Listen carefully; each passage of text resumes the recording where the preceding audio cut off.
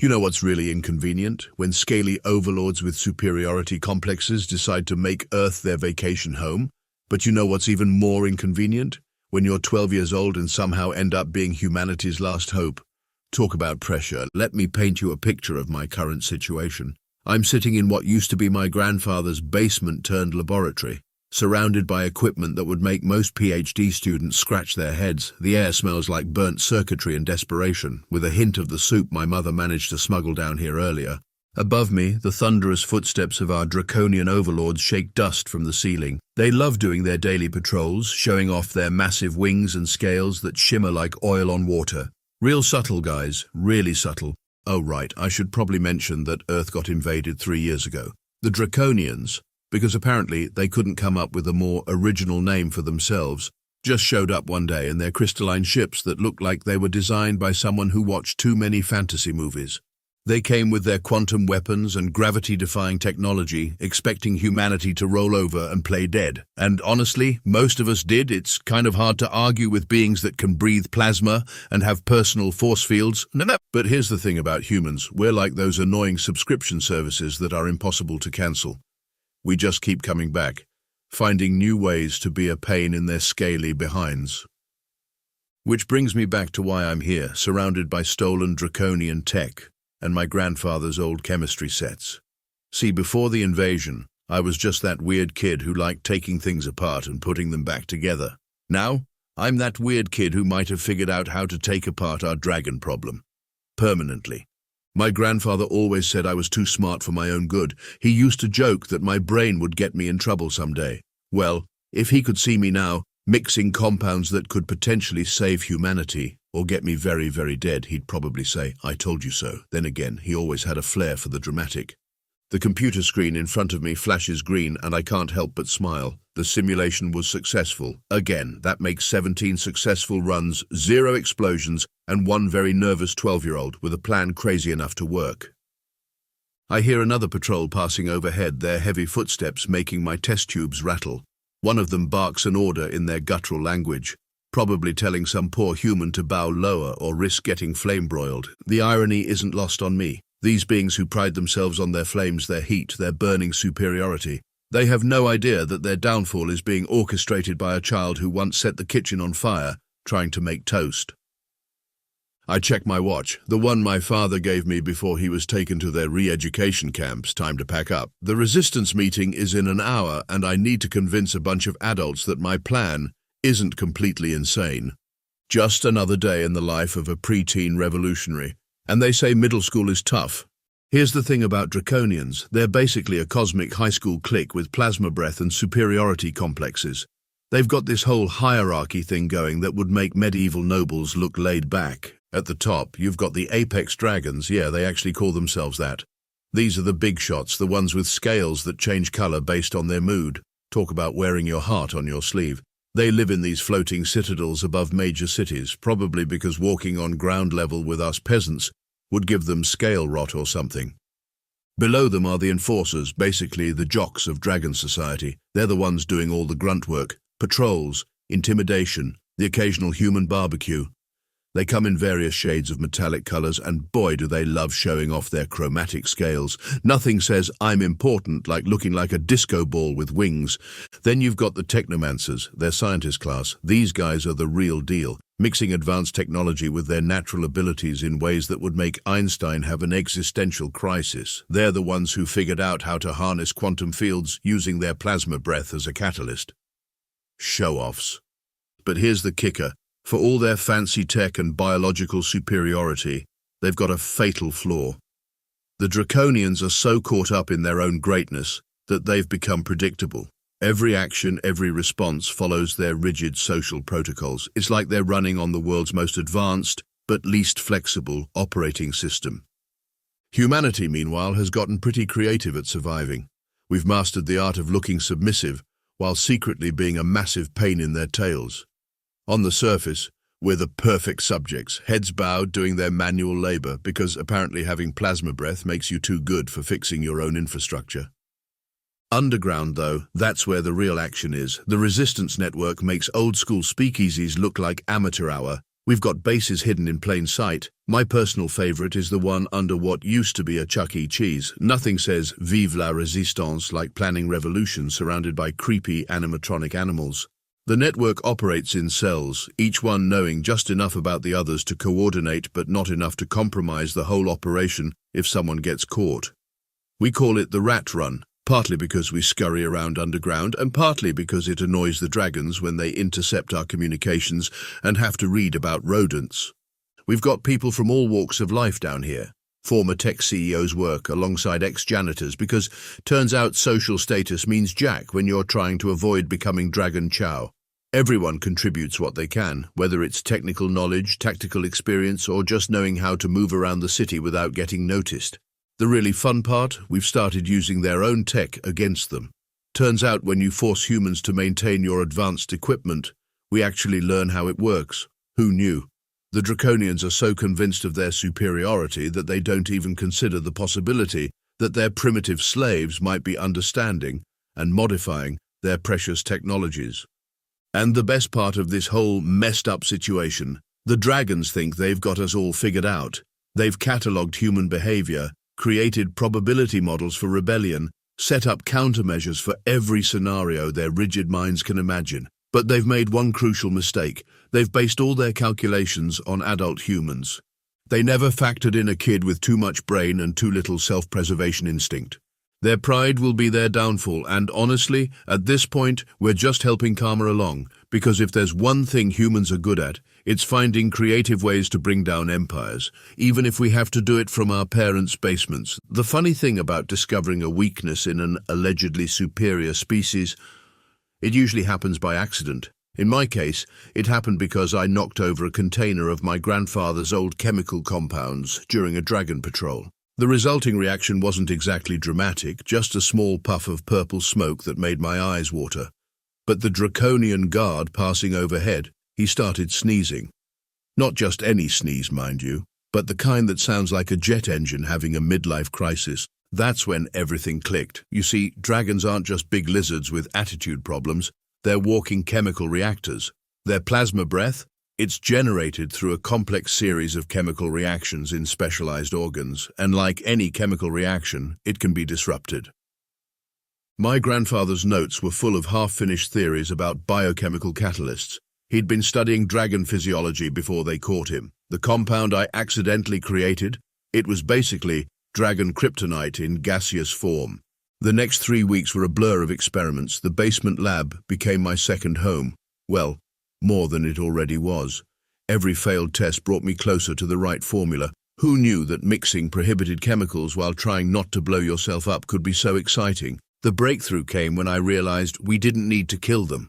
We just needed to break their precious control over their plasma generation. Without that, they're just really big, really angry lizards with superiority complexes. But explaining this to the resistance leaders, that was going to be fun. Picture this, a dozen adults crammed into a repurposed storage room under an abandoned mall, staring at a 12-year-old like she's either a genius or completely insane. Probably both. "Let me get this straight," Commander Chen said, pinching the bridge of his nose. "You want us to deploy an untested chemical agent against creatures that can reduce us to ash with a hiccup?" "Technically, it's been tested 18 times in simulated conditions," I corrected, pulling up my data on a salvaged tablet. "And we have proof of concept from that accidental exposure last month." Dr. Rodriguez, our resident medical expert, leaned forward. "The biochemical theory is sound. Their respiratory systems are highly specialized. If this compound works as suggested, it could disable their entire fighting force without killing anyone," I finished. "They'd be forced to retreat. Can't maintain an empire if you can't breathe fire." The room erupted in overlapping conversations. I caught fragments. "Too risky, only chance, she's just a child, might actually work." Professor Wong, who'd been quietly studying my formulas, finally spoke up. "The real question isn't whether it works, it's whether we're willing to let a child carry this out." And there it was, the elephant in the room. Because here's the thing about my brilliant plan. Someone had to get the compound into the central ventilation system of the apex dragon's citadel.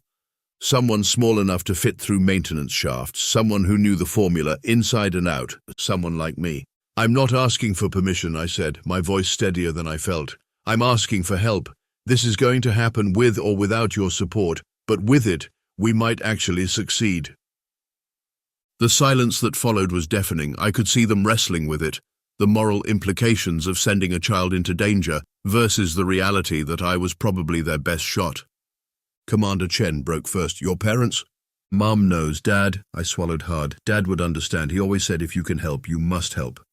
More silence. Then Dr. Rodriguez stood up. I'll help modify the compound for large-scale deployment.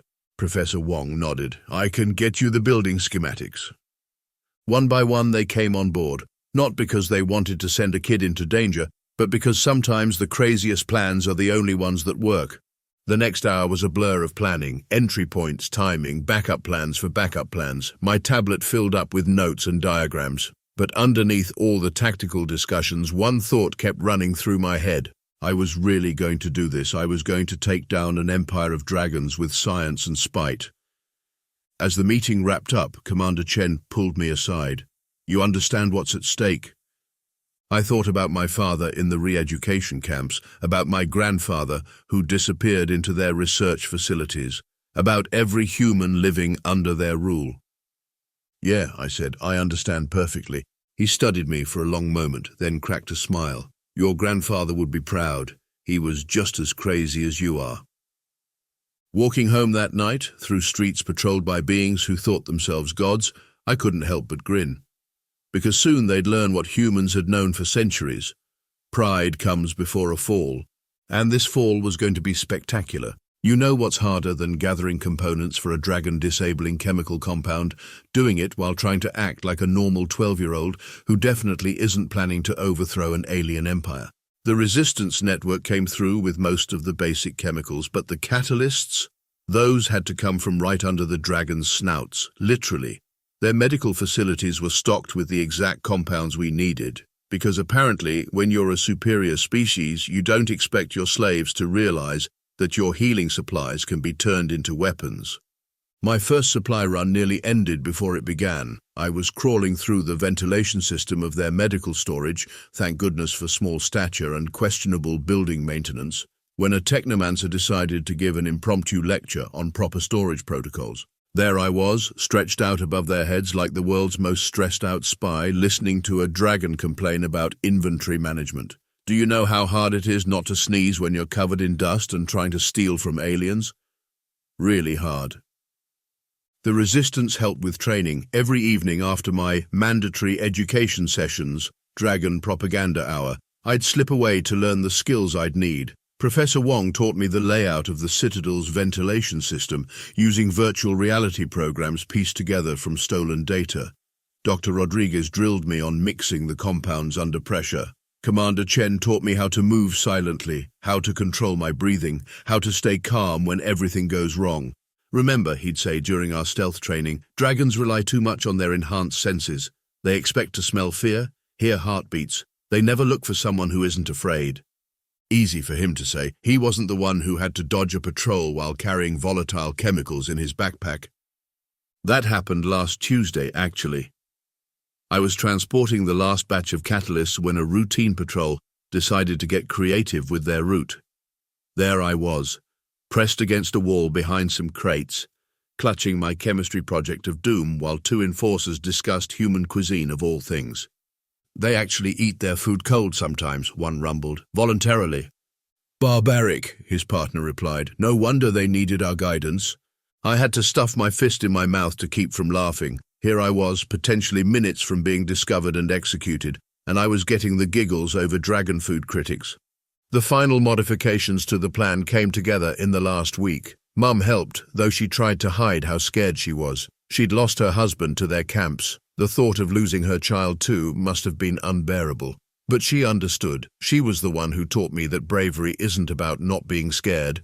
It's about being scared and doing what's right anyway.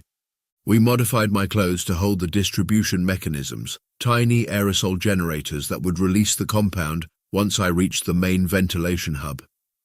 The resistance developed a new communication system using old smartwatches, modified to transmit on frequencies the dragons ignored. Professor Wong created a detailed timeline, accounting for patrol patterns, shift changes, and even the Draconians' mandatory daily superiority acknowledgement ceremonies. Yes, that's a real thing. The final test run was yesterday. We simulated everything in an abandoned subway tunnel. The crawling, the mixing, the deployment. Everything worked perfectly, which honestly just made me more nervous. In my experience, when things go too smoothly in practice, reality likes to throw in some creative complications. Tonight, I'm doing last-minute checks on my equipment. The chemicals are sealed in specialized containers that would make my chemistry teacher, both human and draconian, die of envy. The delivery system is tested and retested. The route is memorized, along with 3 backup plans and 2 emergency exits. Commander Chen dropped by earlier with some last-minute intel and a chocolate bar. "For luck," he said, trying to sound gruff but not quite managing it. I didn't tell him I'd already stress-eaten 6 chocolate bars today. Some things resistance leaders don't need to know. Mum's in the other room pretending to read but really just watching me. She hasn't tried to talk me out of it, not once. Instead, she's been helping me prepare, sharing everything she learned from working as a maintenance technician in their buildings. Earlier she hugged me and whispered, "Give them hell, sweetie." The plan is solid, the team is ready. Tomorrow I'll walk to my mandatory education session like any other day. Except this time, I'll be carrying enough chemical compounds to bring an empire to its knees. You know what the funny part is? The dragons are so convinced of their superiority that they've posted tomorrow's schedule publicly. Apparently, there's going to be a big ceremony celebrating 3 years of their benevolent guidance of Earth. Talk about perfect timing for a revolution. You know what they never tell you about infiltrating alien strongholds? How much waiting is involved, and how much your nose itches when you absolutely cannot scratch it. The morning started normally enough. I attended the mandatory education session, listening to another thrilling lecture about how humans were lucky the Draconians found us before we destroyed ourselves. By lunch, I was in position, tucked away in a maintenance closet that smelled like cleaning supplies and broken dreams. 3 hours of sitting still, listening to heavy footsteps pass by. My smartwatch vibrated silently, the signal that the ceremony was beginning. All the important dragons would be gathering in the grand hall, leaving the maintenance levels with minimal security. Time to move. The ventilation shaft was exactly where the schematics showed, though they failed to mention the alarming number of suspicious stains around the entrance. Note to self, don't think too hard about what happened to the last maintenance workers. I pulled myself up, grateful for all those climbing exercises Commander Chen insisted on. The shaft was narrow, perfect for a 12-year-old, absolutely terrible for your average draconian guard. Their architecture might be impressive, but their maintenance planning needed work. The first junction came up exactly on schedule. Left turn 20 meters, right turn, avoid the fan blade. Thanks for that detail, Professor Wong. The chemical containers in my modified backpack clinked softly with each movement. Then came the first complication, because of course there had to be one. A maintenance drone buzzed past my position, its sensors sweeping the shaft. Those weren't supposed to be here. They were scheduled for the east wing today. I pressed myself against the wall, hardly daring to breathe. The drone paused, its red eye gleaming in the darkness. 1 second, 2 seconds, 3. It moved on. I released the breath I'd been holding. Note to self, add random maintenance schedule changes to the list of things dragons need to be less efficient about. The central hub was ahead. I could hear the rumble of the main ventilation system, the beating heart of their environmental control. All I had to do was reach it, deploy the compound, and... Unusual heat signature detected in shaft 7B. Oh, come on. The mechanical voice echoed through the shaft, followed by the sound of heavy footsteps. Because apparently today was, let's check all the things we usually ignore day. I scrambled forward. No point in stealth now. Speed was my only friend. The sound of claws on metal behind me suggested the guards had figured out someone was in their ventilation system. Probably because their thermal imaging picked up the definitely not a maintenance worker racing through their shafts. The hub was just ahead. I could see the massive fans circulating air throughout the citadel. The deployment point was right there, a small maintenance platform overlooking the main chamber. Something hot brushed past my foot, a warning shot. How considerate of them. I reached the platform just as the first guard broke through behind me. He was bigger than I expected, one of the elite enforcers, scales shimmering with barely contained plasma. His eyes locked onto my backpack. "Step away from the ventilation system," he growled, "and perhaps your death will be quick." You know what's funny about near-death situations? How clarity suddenly hits you like a ton of bricks. I looked at the guard, then at my backpack, then at the ventilation hub. The original plan called for setting up the dispersal system and escaping through the secondary shaft. But with an elite breathing down my neck, time for Plan Z. Quick question, I said, unzipping my backpack. Did they cover basic chemistry in elite training? His eyes narrowed. Surrender now, human child. I'll take that as a no. I pulled out the containers. See, when these compounds mix, they create a gas that disrupts your plasma organs. Quite fascinating, really. But you know what happens when they mix violently? Understanding dawned in his reptilian eyes. He lunged forward, plasma building in his throat. I smiled, thought of my dad, and hurled the containers into the nearest fan. The explosion wasn't huge. We weren't trying to destroy the building after all, but it was enough. The containers shattered, their contents atomizing instantly in the turbulent air. The guard's plasma blast went wide as he started coughing. Emergency sirens blared. The ventilation system, designed to maintain optimal conditions throughout the citadel, did exactly what it was supposed to do. It distributed the air everywhere, including right into their precious ceremony. I could hear the chaos erupting below, the sounds of dozens of dragons suddenly losing control of their most prized ability. The guard in front of me collapsed, wheezing, his scales dulling from bright silver to a sickly grey. Unfortunately, I'd forgotten one tiny detail about being at the center of a chemical reaction. The world started going fuzzy around the edges. Turns out being in the middle of an explosion, even a small one, isn't great for human respiratory systems either. Who knew? I fumbled with my watch, pressing the emergency signal as my legs gave out. The message was simple. It's done. The last thing I saw before everything went dark was the guard looking at me with something that might have been respect, or maybe it was just the chemicals affecting my vision. Either way, I'd done it. The Empire's greatest weapon was neutralized. Their pride was literally choking them, and all it took was some stolen chemicals, questionable ventilation maintenance, and one very stubborn 12-year-old. Dad would have appreciated the irony. They tell me I was unconscious for 3 days. Personally, I think that's a bit dramatic. I mean, who needs 3 whole days to recover from a tiny chemical explosion? But apparently, that's how long it took the Resistance medical team to flush the compounds from my system.